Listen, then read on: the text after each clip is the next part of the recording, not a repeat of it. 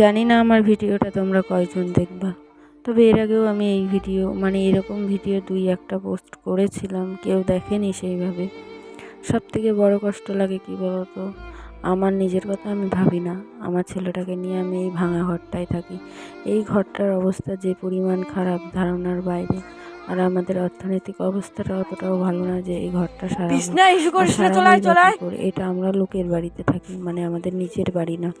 তো লোকের বাড়িতে ঘর সারিয়ে কী লাভ আমাদের, তবুও জানি থাকতে গেলে সেটা একটু সারাতে হয়, কিন্তু কীভাবে সারাবো, কারণ এটা না হলেও 40 বছরের পুরনো দেয়াল। এর মধ্যে নানান রকমের সাপ, পোকা, মাকড়, বিছে পুরো ভর্তি। আমি জানি না, মুখে বললে কি তোমরা বিশ্বাস করবা না, এর আগেও অনেক সাপ আমাদের ঘরের মধ্যেই ছিল। তারপরে চেলা আছে না, ওগুলো পুরো ভর্তি।